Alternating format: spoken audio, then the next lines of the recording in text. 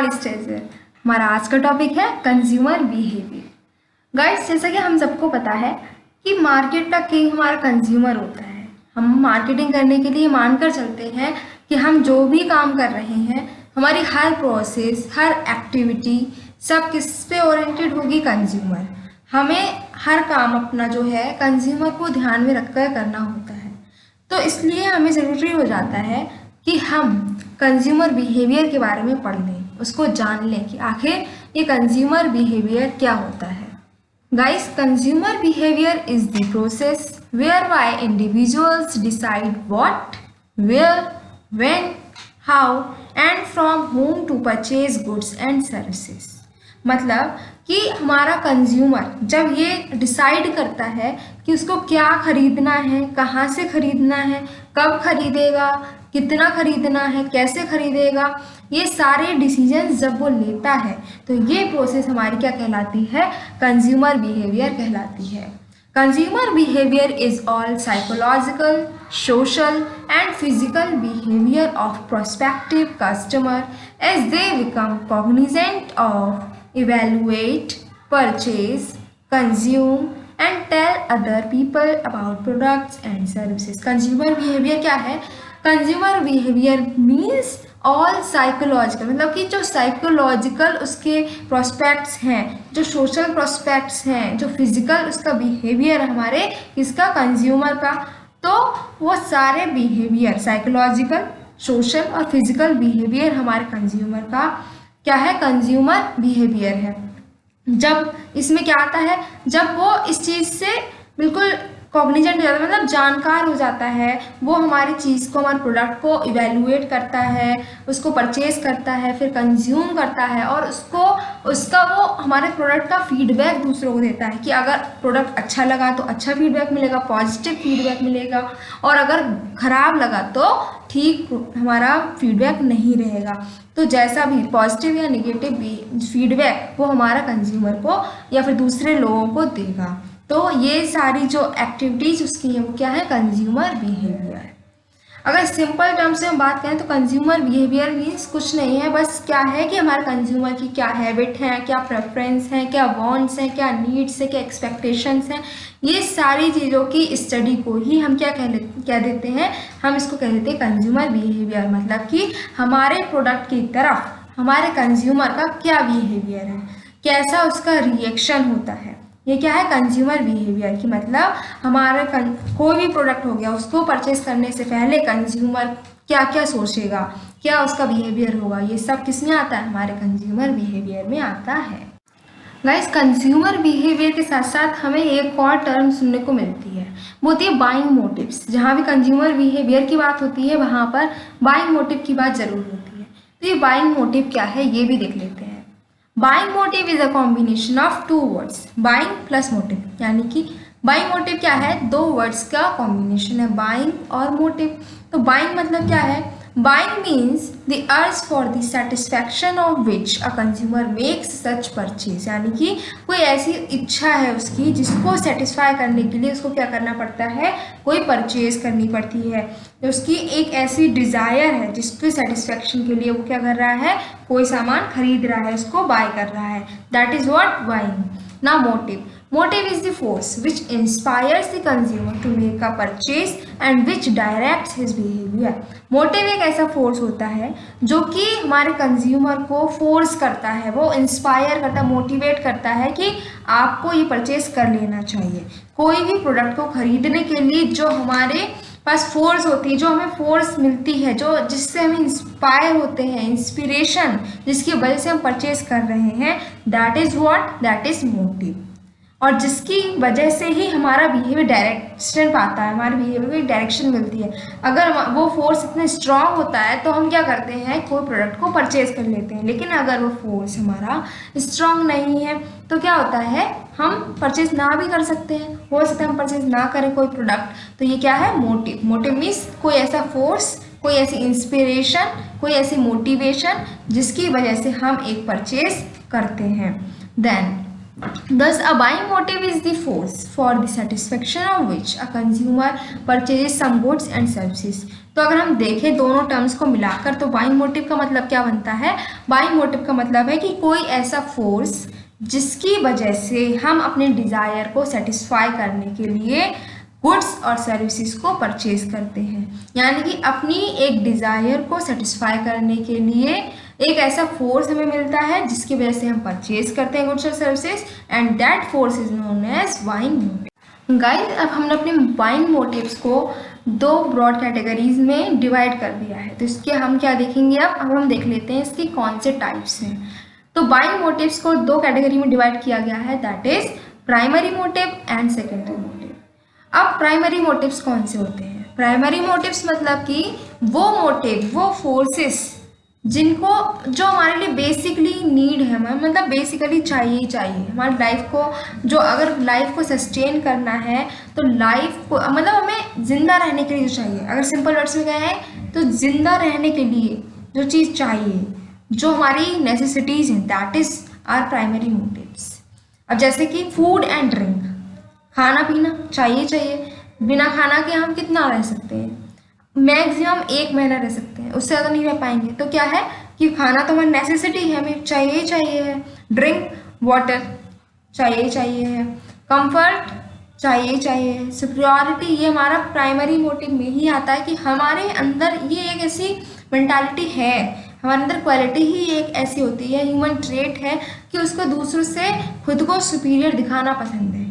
वो चाहता है कि हम सुपीरियर नज़र आएं, तो ये हमारे प्राइमरी मोटिव में ही आएगा। नेक्स्ट है वेलफेयर ऑफ लव्ड वंस, जो हमारे आसपास के लोग हैं, जो हमारी फैमिली है, फ्रेंड्स, उन सब के वेलफेयर के बारे में भी हम सोचते हैं, that is also our primary motive. Now secondary motive. Secondary motive क्या है? सेकेंडरी मोटिव मतलब जो जिंदा रहने के लिए जरूरी नहीं है, उनके बिना भी हम रह सकते हैं, लेकिन वो मोटिव क्या है? हमने अपनी सोसाइटी से लर्न किए हैं, उनसे सीखे हैं। जैसे क्लीनलीनेस, कैसे हमें रहना है, हमें साफ सफाई से रहना है, अपने सराउंडिंग को क्लीन रखना है, ये सारी चीज़ें किससे सीखी हैं? सोसाइटी से सीखी हैं। स्टाइल एंड ब्यूटी, हर कोई चाहता है कि वो एक बहुत डैशिंग स्टाइल में रहे, ब्यूटीफुल दिखे, तो उसके लिए कितनी मतलब बहुत सारे काम भी करता है, जैसे कि नए स्टाइलिश क्लोथ्स लेता है, उसकी एसेसरीज भी प्रेफर करता है, ठीक है, अपनी स्टाइलिंग कराता है, ग्रूमिंग कराता है, दैट इज, ये सब क्या है? हमारी सेकेंडरी मोटिव है, इसके बिना हम रह सकते हैं। ऐसा नहीं है कि आज हमने अपने बाल कोम नहीं किए या फिर आज हमने कोई ब्रांडेड टी शर्ट नहीं पहनी तो कि हम जिंदा नहीं रह सकते। हम रह सकते हैं, सर्वाइव कर सकते हैं, लेकिन क्या है कि हम अपनी लाइफ को और सुपीरियर बनाना चाह रहे हैं, स्टैंडर्ड ऑफ लिविंग को और इंक्रीज करना चाह रहे हैं। सोसाइटी से हमने ये सीखा है, दूसरे ने अगर ब्रांडेड कुछ लिया है तो हम भी लेते हैं, दूसरे को अगर किसी का स्टाइल अच्छा लगा तो हम उसे फॉलो करने लगते हैं। तो ये क्या है? सेकेंडरी मोटिव्स हैं, अपनी सोसाइटी से हमने ये लर्न किए हैं। Next, convenience. अब ये सब तो हमारा अगर सेटिस्फेक्शन हो जाती है, बेसिक नीड्स की, फूड, शेल्टर, क्लोथिंग, ये सब मिल गया, तो क्या होता है? कन्वीनियंस चाहिए। अब हमें चाहिए कि हम हर काम बहुत आराम से कर सकें, इसके लिए हम क्या लेते हैं? कार ले लेते हैं, या फिर जो है कूलर लिया, AC ली, ये सारी चीज़ें क्या कन्वीनियंस के लिए हैं। तो ये सेकेंडरी मोटिव्स हैं, इनके बिना हमारी लाइफ सर्वाइव हो सकती है, लेकिन हम अपनी लाइफ को और सुपीरियर बनाने के लिए जो काम कर रहे हैं, that is our secondary motive. Guys, our next topic is importance of consumer behaviour. हम देखेंगे कि कंज्यूमर बिहेवियर की क्या इम्पोर्टेंस है हमारी लाइफ में, हमें क्यों कंज्यूमर बिहेवियर को स्टडी करना पड़ता है। तो इसकी पहली इम्पोर्टेंस में दिखाया गया है प्रोडक्शन पॉलिसीज, कि हमें क्या प्रोड्यूस करना चाहिए, कितना प्रोड्यूस करना चाहिए, कैसे प्रोड्यूस करना चाहिए, कौन सा रॉ मटेरियल लगेगा, ये सारी चीज़ें। एक इसके लिए हम क्या करते हैं? एक पॉलिसी बनाते हैं, जिसको हम क्या कहते हैं? Production policy. तो इसको, एक प्रोडक्शन पॉलिसी को डिसाइड करने के लिए बहुत सारे फैक्टर्स होते हैं। तो ये फैक्टर्स तभी तो काम आएंगे जब हम ये डिसाइड कर लें कि हम अपने प्रोडक्ट को किसके लिए बना रहे हैं, ठीक है। तो अगर हमने डिसाइड कर लिया कि हम प्रोडक्ट को कंज्यूमर के लिए बना रहे हैं, तो पहले अगर हमने उसकी बिहेवियर के बारे में स्टडी कर रखा है कि हमारा जो कंज्यूमर है उसकी क्या प्रेफरेंस है, क्या टेस्ट है, क्या उसकी नीड है, क्या वांट है, ये सब अगर हमें पता है तो हमारी ईजिली प्रोडक्शन पॉलिसी बन जाएगी। अगर मान लो हमें उसके इनकम के बारे में पता है, ठीक है, कि उसकी इनकम क्या है, अगर उसकी इनकम लो है तो क्या करेंगे कि हम अपने प्रोडक्ट को इस तरीके से बनाएंगे कि उसकी प्राइस कम रहे। अगर हमें पता है कि अपने कंज्यूमर की क्या एज है तो उसके अकॉर्डिंग बनाएंगे, ठीक है। तो अपने कंज्यूमर के बारे में पता होने से क्या होगा कि प्रोडक्शन पॉलिसी ईजिली हम उसको डिटरमाइन कर सकते हैं, उसको फ्रेम कर सकते हैं। इसीलिए क्या है कि हमें प्रोडक्शन पॉलिसी को बनाने के लिए कंज्यूमर बिहेवियर की स्टडी करना ज़रूरी हो जाता है। नेक्स्ट है प्राइस पॉलिसीज। प्राइस, जैसे कंज्यूमर हमारे मार्केट का किंग है, वैसे ही प्राइस किसका किंग है? प्राइस हमारी कंपनी का किंग है। प्राइस ही वो है जिसकी वजह से हमारी कंपनी आगे जा सकती है, और प्राइस ही वो फैक्टर है जिसकी वजह से ऐसा भी दिन आ सकता है कि हमें अपनी कंपनी को वाइंड अप करना पड़े। तो अगर प्राइस ठीक से डिटरमाइन नहीं हुआ तो हो सकता है कि हमारी कंपनी बंद हो जाए। तो इसलिए प्राइस को डिटरमाइन करने के लिए हमें ज़रूरी हो जाता है कि कंज्यूमर के बारे में पता कर लें, कंज्यूमर बिहेवियर को अच्छे से स्टडी कर लें। जो हमारी टारगेट कस्टमर है, टारगेट कंज्यूमर्स हैं, उनके बिहेवियर को हमें देखना पड़ता है कि उनकी क्या एज है, क्या इनकम है, क्या उनकी एजुकेशनल बैकग्राउंड है, उनकी क्या सोसाइटी का बैकग्राउंड है, स्टैंडर्ड ऑफ लिविंग क्या है, क्या एक्सपेक्टेशंस है, कितना वो पे कर सकते हैं, ये सब हमें देखना पड़ता है। क्योंकि पेइंग कैपेसिटी देखना बहुत ज़रूरी है। अगर हमने प्राइस इतना हाई कर दिया कि वो अफोर्ड ही नहीं कर सकते हमारे प्रोडक्ट को, तो क्या हमारा प्रोडक्ट की सेल हो पाएगी? बिल्कुल नहीं हो पाएगी। तो इसलिए हमारे प्रोडक्ट की सेल तभी तो होगी जब हमारे कंज्यूमर अफोर्डेबल होंगे, कि हाँ उसको वो अफोर्ड कर सकते हैं उसके प्राइस को। तो उनके इनकम को देखते हुए हमें अपने प्राइस को सेट करना पड़ता है। That is included in our price policies. इसलिए हमारा कंज्यूमर बिहेवियर प्राइस पॉलिसीज में भी इम्पॉर्टेंट हो जाता है। नेक्स्ट है सेल्स प्रमोशन पॉलिसीज। अब हमारे कंज्यूमर की बिहेवियर कैसा है, इससे हम क्या कर सकते हैं कि हमें अपने प्रोडक्ट को कैसे प्रमोट करना है, कैसे उसकी सेल्स बढ़ानी है, ये हम डिसाइड कर सकते हैं। जैसे कि अगर हमारा कंज्यूमर अनएजुकेटेड है, तो अगर हम उसको न्यूज़पेपर, पैम्पलेट, इन सब चीज़ों में एडवर्टाइज करें अपने प्रोडक्ट को, तो क्या वो उसकी सेल्स बढ़ेगी? नहीं बढ़ेगी। क्यों? क्योंकि हमारे अगर जो कंज्यूमर इलिटरेट हैं तो न्यूज़पेपर तो पढ़ ही नहीं पाएंगे। तो न्यूज़पेपर पढ़ते ही नहीं होंगे तो हमारे प्रोडक्ट की एडवर्टीजमेंट वो देखेंगे नहीं, जिसकी वजह से सेल्स प्रमोशन टेक्निक जो हमने अपनाई इसका कोई भी इफेक्ट नहीं होगा। तो हमें अपने कंज्यूमर के एजुकेशनल बैकग्राउंड, उसकी टेस्ट, प्रेफरेंस, हैबिट, इन सब को ध्यान में रखकर सेल्स प्रमोशन की पॉलिसीज़ को फ्रेम करना पड़ता है। नेक्स्ट है चैनल ऑफ डिस्ट्रीब्यूशन, कि कैसे हम अपने प्रोडक्ट को डिस्ट्रीब्यूट करेंगे। तो इसके लिए भी हमें क्या करना पड़ता है? कंज्यूमर के बिहेवियर को देखना पड़ता है कि उसकी क्या एक्सपेक्टेशन है, उसकी कैसे डेमोग्राफिक कंडीशन क्या है, उसकी एज कैसी है, उसके एजुकेशनल बैकग्राउंड कैसा है। ये सब देखकर हम आराम से ये चीज़ डिसाइड कर सकते हैं कि हमारा प्रोडक्ट कैसे डिस्ट्रीब्यूट होगा। गाइस, आप देख लेते हैं कि ऐसे कौन से फैक्टर्स हैं जिनकी वजह से हमारे कंज्यूमर का बाइंग बिहेवियर अफेक्ट होता है। ऐसे कौन से फैक्टर्स हैं जिनसे ये डिसाइड होता है कि हमारा कंज्यूमर कैसे बिहेव करेगा, कौन सी कंडीशन में कैसे बिहेव करेगा। ये सारी चीज़ें देख लेते हैं इस स्लाइड में। तो पहला फैक्टर जिसकी वजह से कंज्यूमर का बिहेवियर हमारा इफेक्ट होता है, that is our personal income. हमारे कंज्यूमर की कैसी है इनकम, हमारे कंज्यूमर की कितनी पर्सनल इनकम है, इस बात से भी उसका बाइंग बिहेवियर अफेक्ट होता है। अगर हमारे कंज्यूमर की इनकम बहुत हाई है, हाई इनकम है अगर उसकी, तो वो क्या करेगा? हाई क्वालिटी के गुड्स को प्रेफर करेगा। तो वो अच्छी प्राइस वाले गुड्स, अच्छी क्वालिटी वाले गुड्स को परचेस कर सकता है, तो उसका बाइंग बिहेवियर भी ऐसा ही हुआ। लेकिन अगर हमारा कंज्यूमर है जिसकी इनकम बहुत लो है, तो वो चाहकर भी अच्छी क्वालिटी के, अच्छे प्राइस वाले जो प्रोडक्ट हैं उसको अफोर्ड नहीं कर सकता। चाहे उसे लो क्वालिटी के ही गुड मिले, लेकिन वो उतना ही दे पाएगा जितना उसकी अर्निंग है।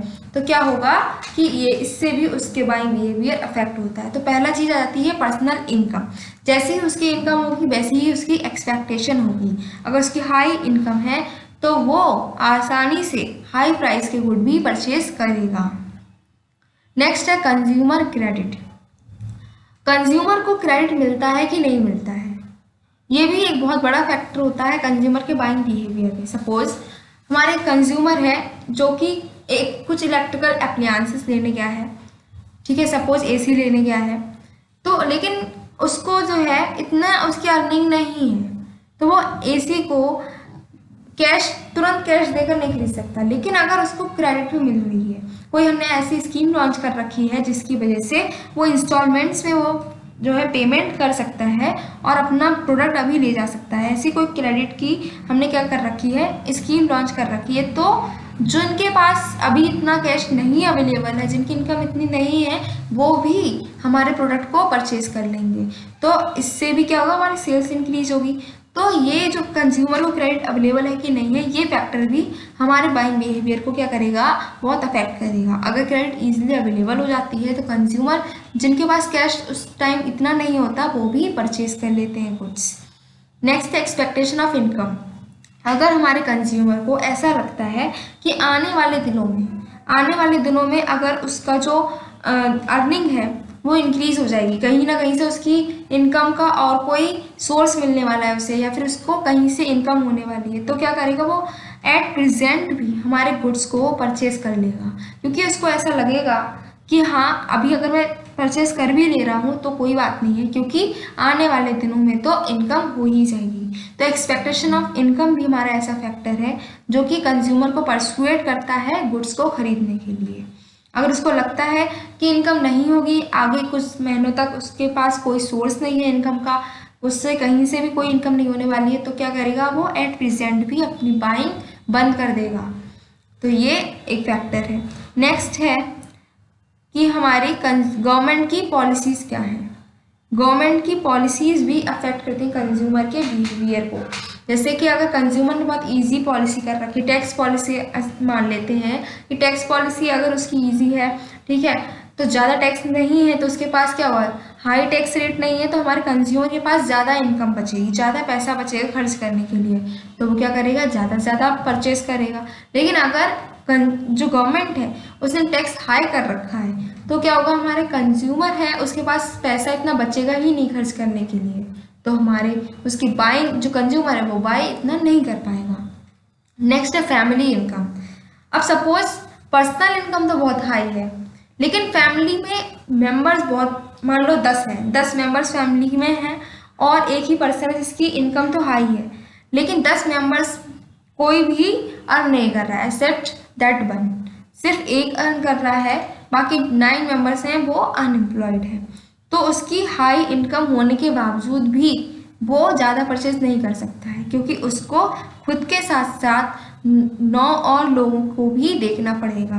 तो उनके खर्चे भी किसको उठाने हैं, एक अलग जो एक पर्सन जो अर्न कर रहा है उसको ही उठाने हैं। तो उसका क्या रहेगा कि वो इतना परचेज नहीं कर पाएगा, उसका बिहेवियर ऐसा होगा। लेकिन अगर फैमिली में 5 मेंबर है मान लो, और 5 वो अर्न कर रहे हैं, तो क्या होगा कि अगर उनकी पर्सनल इनकम कम है लेकिन फैमिली इनकम तो ज़्यादा है, क्योंकि सब अपना अपना अर्न कर रहे हैं, तो वो आसानी से ज़्यादा से ज़्यादा बाई कर सकते हैं। तो ये फैक्टर भी बहुत अफेक्ट करता है उनके बाइंग बिहेवियर को। और लास्ट हमारा इसमें रहता है प्रोडक्ट इमेज, कि प्रोडक्ट की कैसी इमेज है। अगर प्रोडक्ट बहुत अच्छी इमेज रखता है, प्रोडक्ट की इमेज लोगों की नज़रों में अच्छी है कि हाँ ये प्रोडक्ट बहुत अच्छा है, तो कंज्यूमर ज़्यादा से ज़्यादा उस प्रोडक्ट को बाई करेगा।